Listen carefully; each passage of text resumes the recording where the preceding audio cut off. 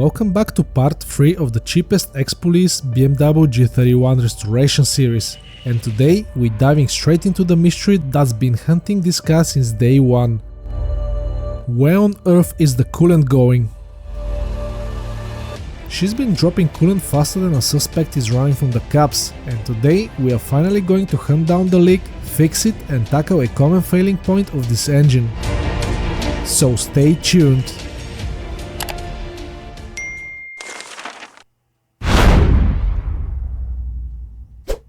Okay, so I'll put the filter cap on and I'll try to remove the filter housing. I saw a video online that you can remove this oil filter housing by removing the DME. It's right here underneath this cover, and a few lines should be removed from down there and you get access to the bolts. There is no proper tutorial how to do it. I'm pretty sure we'll figure it out. Okay, before we start removing anything from the engine bay, we need to disconnect the battery.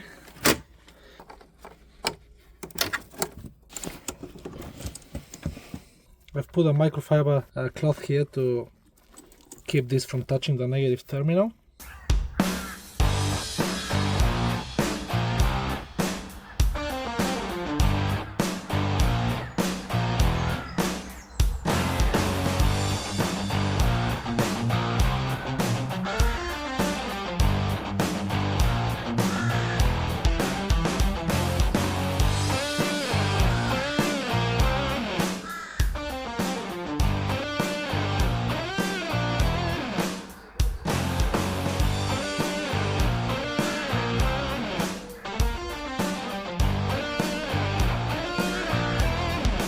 To get to the oil filter housing, you need to also remove the bracket for the DME. This was way harder to remove than the DME itself. I'm not gonna lie, it's quite fiddly to get to all the things, but you can get there if you take your time without breaking any clips, hopefully. Now I need to remove these coolant hoses, this one as well. Hopefully I'll have enough clearance to get to the bolts to remove the housing. Hopefully this is where we're losing our coolant from.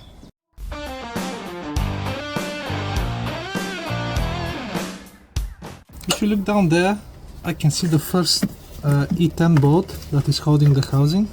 Is this one here, and we'll start hunting for the other bolts to see where they are, and we'll undo them one by one and we'll see how hard it is to get to all of them.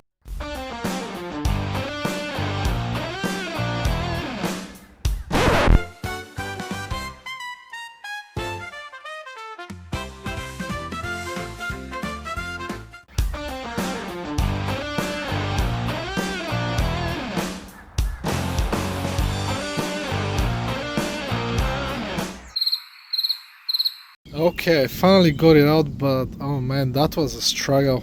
After about 1 hour of intense swearing, I was able to remove it. Bolts were actually quite easy to access. It's only 5 bolts, so 2 on this side and 3 on that side. But the problem was it's so tight in there, and because of the unusual shape of that, even after I rotated like 20 times, I cannot get it removed from there because it's quite tight. But unfortunately, I don't think that this is the reason why we had the coolant leak, because you can see it looks quite normal on the bottom. Plus the gaskets are nice and soft, they're not damaged in any way. And this was actually replaced, that's not the original part that came with the car. So this is the manufacturing date code. So that was September 2022 and the car is January 2019. Potentially something inside could be wrong, I don't know. Okay, so now let's clean it up and hopefully we'll find a crack somewhere.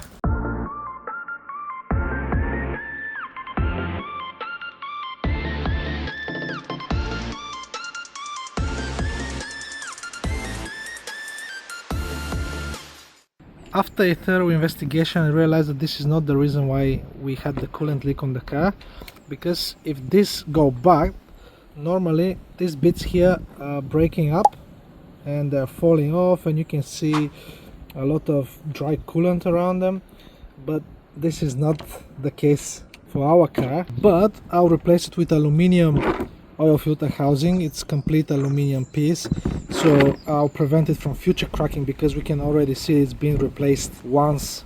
I don't want to do the same job again, so I'll put the aluminum one in and I'll continue investigating why the car was losing coolant. After a little bit of digging, I saw this from underneath the car, and this looks like dried coolant to me, and it's coming somewhere from higher up. So I'll look from the top of the engine and we'll see if I can find something. From the top, this over there is where the oil filter housing is bolted, and here on the left side you see all this corrosion, dry residue there. This is definitely coolant, and if I use my tiny mirror to check, let me see if I can zoom in on that. If you see there is a lot of dry coolant, and it's coming somewhere from the side of the engine. I'm pretty sure that there is a plastic pipe that is bolted to the engine, so maybe I'll have to remove the intake manifold to have proper access to this pipe, because it looks quite tucked in. It's somewhere at the end of this. Okay, I'll remove the intake manifold now to have a better look at these coolant pipes.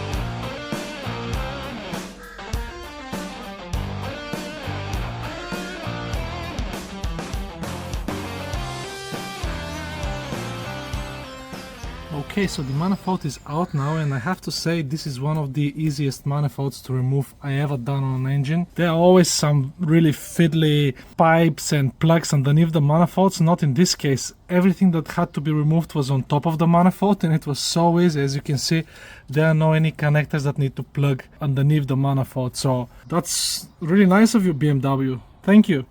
Another thing I want to point out is, look at how clean the intake ports are. I've seen on different diesel models the EGR system is going inside the intake, and you can see a lot of build-up and disgustingness, but not on the petrol engines. That's so nice and clean. You can clearly see that some sort of leakage have been happening there. I'll remove some more pipes and we'll see if we can see a crack or split hose or something. Okay, so I'll start with this hose first.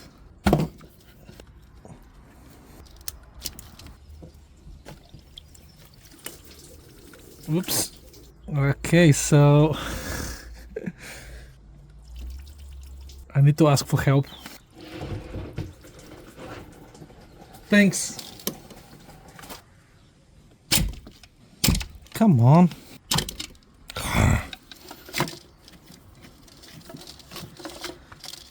I think I need to remove this pipe here, and I'll investigate because I think it's cracked in here. I could be wrong, but I can see some movement.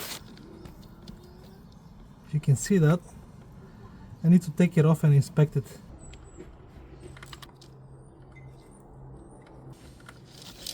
Okay, one screw is out. Now let's see if I'll be able to undo the other one. The problem is with this sound deadener thingy, it's really hard for me to get to the screw.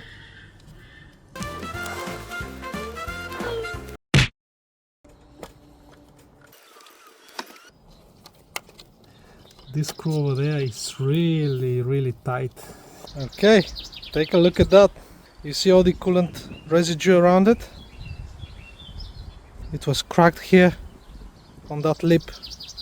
This is where the car was losing so much coolant. You can see the other end is still inside there, but this was definitely losing coolant from there. You can see there is also a lot of residue on top and on the bottom of it. And that was still stuck inside. You can see that this gasket here is melted. This whole thing fell apart. I'll check online to see maybe they're selling aftermarket replacement that is made out of aluminium, like the oil filter housing. This is supposed to be sealing all around this on the outside, and and it's all perished. I think I also saw a little bit of seepage here where these two pipes are joining together. I'll undo it, I'll inspect the gasket. I took these two apart and the other one is perished as well, so it could be leaking from both ends. I'll use Scotch-Brite plus WD-40 and I'll scrub all the mating surface for the intake gasket.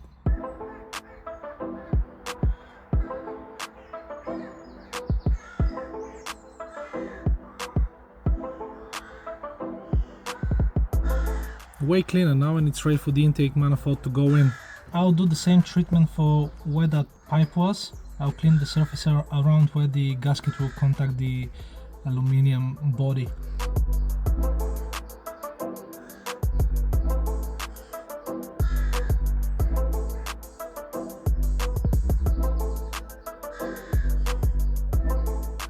I cleaned up the oil filter housing as well, the mating surface. There is some surface corrosion on the engine block, but I hope it will seal nicely. I'll add some extra silicone on the gasket to make sure that it's sealing properly. I bought this entirely aluminum oil filter housing, which will last way longer than the OEM one. It has new gaskets and a brand new filter in there. Because the filter housing is cast aluminum, when you remove the gasket you can see that there is fine grain where the gasket sits. Just to be safe, I'll add some extra heat resistant silicone to the face of the gasket and put it in there, and hopefully this will prevent any coolant or oil leaks. I'll use heat resistant silicone Victor Rens, which can withstand up to 320 degrees. In theory, the housing should not go any more than 110-120 degrees, so that's well within the tolerance of that silicone.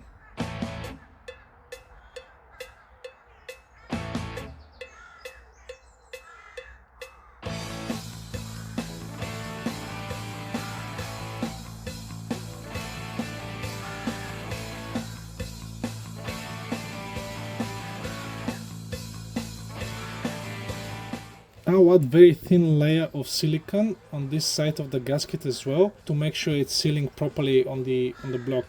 I won't go crazy on it because you don't want any dry silicone to enter in the oil passages and be picked up by the oil pump and cause some any issues to your engine.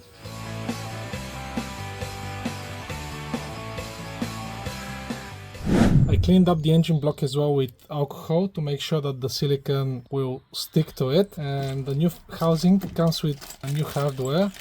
There is one short bolt that should go on this part of the housing. All the rest should be the same size.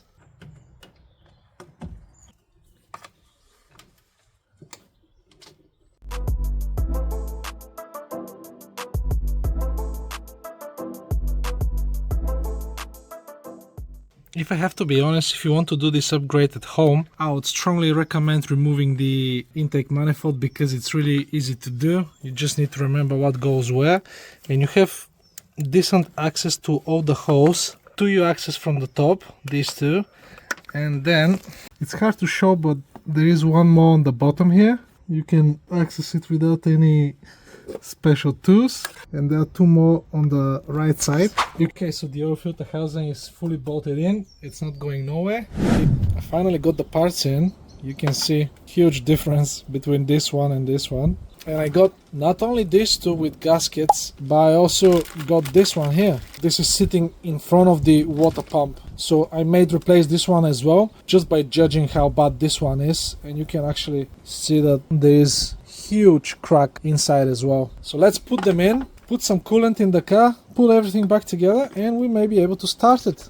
So these two parts need to be assembled together like this. So this goes in there, that screw is bolting them both together. But on the technical update of this engine, so that's B48TU version, this is one piece. It's not, you cannot disassemble it. So in my opinion, to make this gasket last longer or to eliminate any possibility of leaks, I'll put again Victor Rens silicone behind the gasket and I'll glue them together. That's some IPA alcohol. I'll degrease the surface so the silicone will stick better inside as well. The IPA evaporates really quickly. I have only good experience with this silicone, so I'll use it as extra measure. I'm putting it on quite thick because in theory the silicone should not go past the O-ring, so when I insert it in, it's not gonna end up inside the galleries, the coolant galleries, so that's why I'm putting so much on it. Okay, that looks like enough.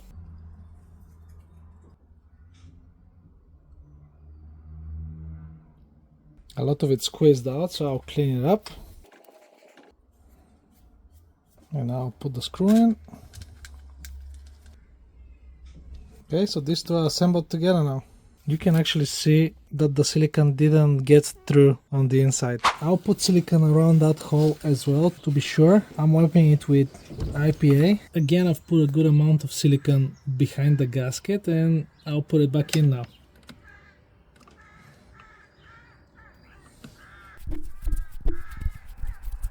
So the pipe is screwed in now.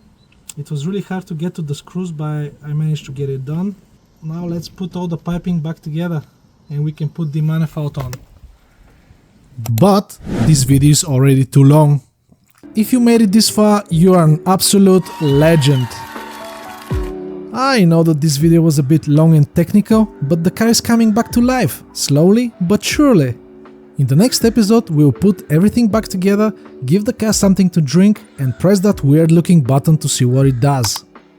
Hit that like button if you're enjoying the build, drop a comment if you ever battled a BMW coolant leak, and of course, subscribe so you don't miss on what's coming next.